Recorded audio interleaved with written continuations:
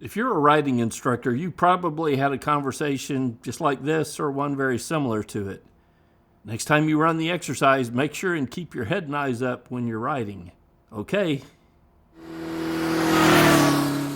next time you ride the exercise, make sure and keep your head and eyes up when you're riding.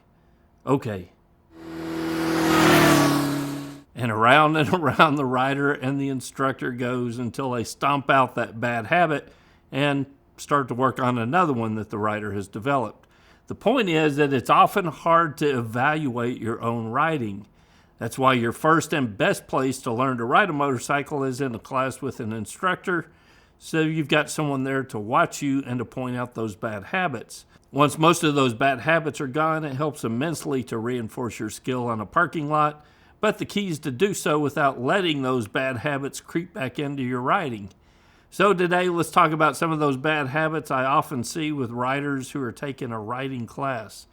The first is bad body posture. It's a big one, and you'd be surprised at how many riders struggle with this one before we ever get rolling on a motorcycle.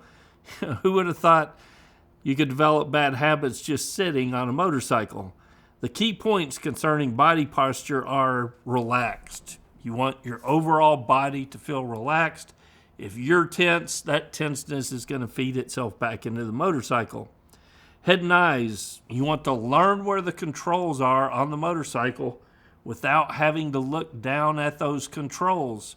All right, so clutch, throttle, brake, blinkers, high and low beam, the horn, all of that stuff you want to be able to locate without having to look down at it, because you want to keep your head and eyes up looking across the parking lot the entire time that you're on the motorcycle. Even if you develop that habit of looking just a few feet in front of the motorcycle, that's a really bad habit, because once you get out on the street, what's happening a few feet in front of you, it's already too late for you to do anything about it. You want to keep your head and eyes up so that you can see those hazards as soon as possible. And the key to that is developing that habit, keeping your head and eyes up, looking across the parking lot. That also is going to help a rider with balance, because the more we look down, the less resources our mind has in order to maintain balance. If we look across the parking lot, that really helps us maintain our balance. You can experience this yourself by standing up and looking down at your feet and walking across the room, and then looking across the room and making that same walk. You'll notice you've got a lot more balance when your head and eyes are up. Same thing happens on a motorcycle. You want your shoulders to be relaxed, all right? So you've got your head and eyes up, but if you've got a lot of tension in your shoulders, that's not going to allow the motorcycle to do what it needs to do, because all of that tension in you is going to feed itself back into the motorcycle. You want a slight bend in your elbow. So I always tell people, can you flap your arms like a chicken? If you try to flap your arms and it looks like that, you've got no bend in your elbow. You want a slight bend in your elbow. That's going to help keep your arms relaxed, and that's going to help the handlebars adjust and move slightly as the motorcycle is tracking its path. But if you're locked in, then all of that movement that the motorcycle needs in order to do its thing is going to be restricted because you're so tight on the motorcycle. You want a nice soft grip on the hand grips. Think of holding an egg in your hand, right? If you squeeze that egg too hard, you'll break the egg. You want to, have a nice soft grip on that hand grip, holding on, but not so tight that you've got a death grip or that you're using that to hold yourself onto the motorcycle. Your wrist position as you go to the throttle. So let's say this is the throttle. As I go to the throttle, I want my wrist in neutral. So not applying throttle, I want my wrist to be flat. I roll on the throttle from here. If I go up at a high grip like this, I roll on the throttle and then I bring my wrist down to neutral. Remember, I've got the front brake in front of me, so that if I have to stop in a hurry, when I roll off the throttle, my fingers are in the incorrect position in order to reach for the front brake. But if I start with a neutral wrist position, I roll on the throttle here. When I roll off, my fingers are in the perfect position to reach out for that front brake. You want your knees on the tank. Remember, we're not holding on to the motorcycle with the grips. We're holding on to the motorcycle with our knees. So you want your knees on the tank, and if you feel like you need to hold on a little bit tighter, squeeze your knees a little bit tighter to the tank. But again, not so much that it's causing you to be tense or putting a lot of stress on your lower body. You want your feet all the way on the floorboards or the pegs, because as the motorcycle leans over, if your feet are hanging off that peg or they're pointing out to the side, before a hard part ever hits the ground, it's going to grab your foot and pull it off the floorboard or the peg. So you want your feet up on the floorboards or as far in on the pegs so that they're out of the way whenever the motorcycle leans to the left or right. So let's talk a little bit more about good head and eye discipline. This is one that riders will argue with you about, and you've just watched them ride through an exercise, through a curve, and you can clearly see that they're not turning their head far enough, but they'll argue with you and tell you that they were. So you want to turn your head and eyes and look where you want the motorcycle to go. I often tell riders to point their nose, because riders have a tendency, you tell them to look through the curve, they'll do this or they might do this. What you're really wanting is for that rider to look to the exit of the curve or point their nose at the exit of the curve. So in order to do that, they've got to really get their head around pointing their nose where they want the motorcycle to go. So it's not good enough to do this as you're approaching the curve. You want to do that. You want to turn your head and eyes, and that's going to make a huge difference in your cornering on a motorcycle. And it's something that doesn't feel natural when you first start riding, but after a while you get used to doing that. It's going to feel unnatural not to do it. So it's going to benefit you in a few ways. Your motorcycle is going to have a tendency to go where you're looking, and when you get out on the street, you don't want to ride into an area of the curve that you've not seen. There may be something in that curve that you've not seen yet. If you turn your head and eyes and you get a good look at what's through that curve, you can see it sooner and you can deal with it before it becomes an emergency situation. You want to develop the habit of using the front and rear brakes every time you initialize the brakes to either slow down or come to a stop.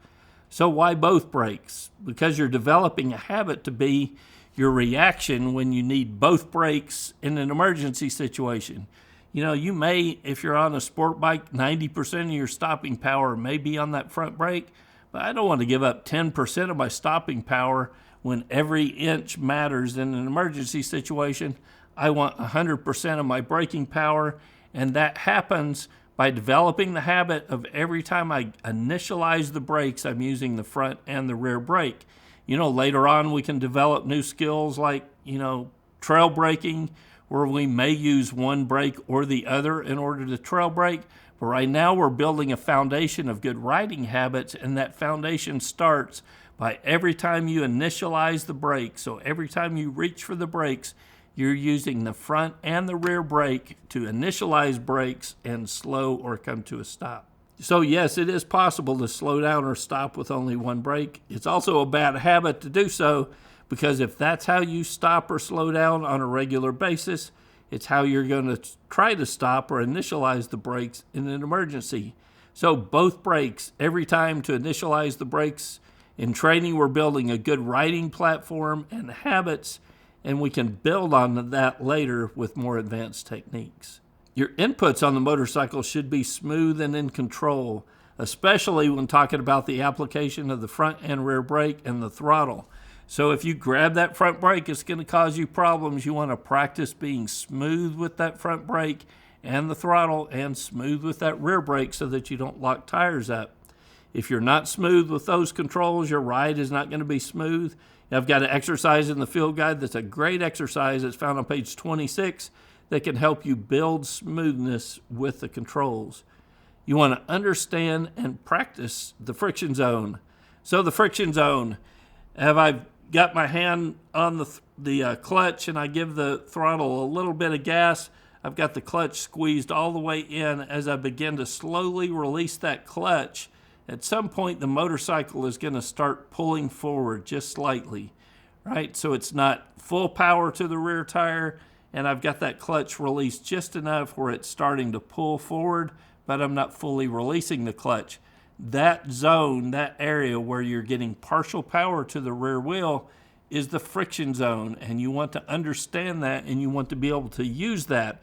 I've got an exercise on page 4 of the field guide that explains this in detail and gives you everything you need to practice and find the friction zone on your motorcycle. But if you can't use the friction zone, you're going to struggle getting the motorcycle rolling from a stop, and you're going to greatly struggle with all slow speed maneuvers, because that friction zone is the key to slow speed riding. You know, all this is covered in the field guide, but I want to reinforce it here because I see a whole bunch of riders who had no idea that they were making these simple mistakes. You may read over it in the field guide, but sometimes if you don't hear it reinforced, if you don't hear an instructor telling you about it, you may not be aware of it. You know, even when pointed out to some riders, they're going to argue with you of what you just observed and what you've seen them doing. So it's doubly important when you're training on your own, like you would be with the field guide, to police and evaluate your own riding. You know, if you've got someone who can record your riding, bring a cell phone out there and record you, or put a cell phone on a tripod or something and record your riding so that you can watch it back, that may be helpful as well. But it helps to have someone watching you or evaluating your riding, and if you can record it, that's going to help you evaluate yourself too, because it's easier to see things sometimes when you're off the bike. So last week I released a video and a training schedule that will transform your riding skills in 30 days. I know that training schedule from last week will work because it worked for me years ago when I applied a similar training schedule for myself. So if you missed that video last week and you want more details, go to mcrider.com/30 days. You can get the training schedule and you can start working on these skills yourself. As a result of last week's video, a lot of riders have ordered the field guide in order to start practicing. And the last time I checked, many of those field guides are starting to arrive at their new homes. That 30-day schedule has the exercises you should be working on over the next 30 days, and the field guide spells out all the proper techniques when performing those exercises. But I wanted to make sure we're all understanding the core techniques or the poor habits that we're looking to overcome by practicing these skills, because if you practice, it's not enough. If you practice with poor technique or you practice with poor skills, you're just reinforcing those poor skills or poor techniques. You want to practice correctly so that when you get out on the road, that becomes your normal means of travel. So hopefully this helps break some bad habits that many riders experience. I'm excited to hear what some of you have to say about your 30-day journey and your improvement on a motorcycle. If you're not an MC rider, I've got forums as a part of membership, and riders and riding instructors from all over the world are there to answer questions, give feedback, and help you improve your skills on two wheels. Till next week, guys, it's Kevin with MCrider, and I'll see you on the road. There's a whole lot more to MC Rider than just the weekly videos. Go to mcrider.com/member. You'll get instant access to the forums and the field guide. You get ad-free MC Rider videos and a whole lot more. Go to mcrider.com/member for all the details.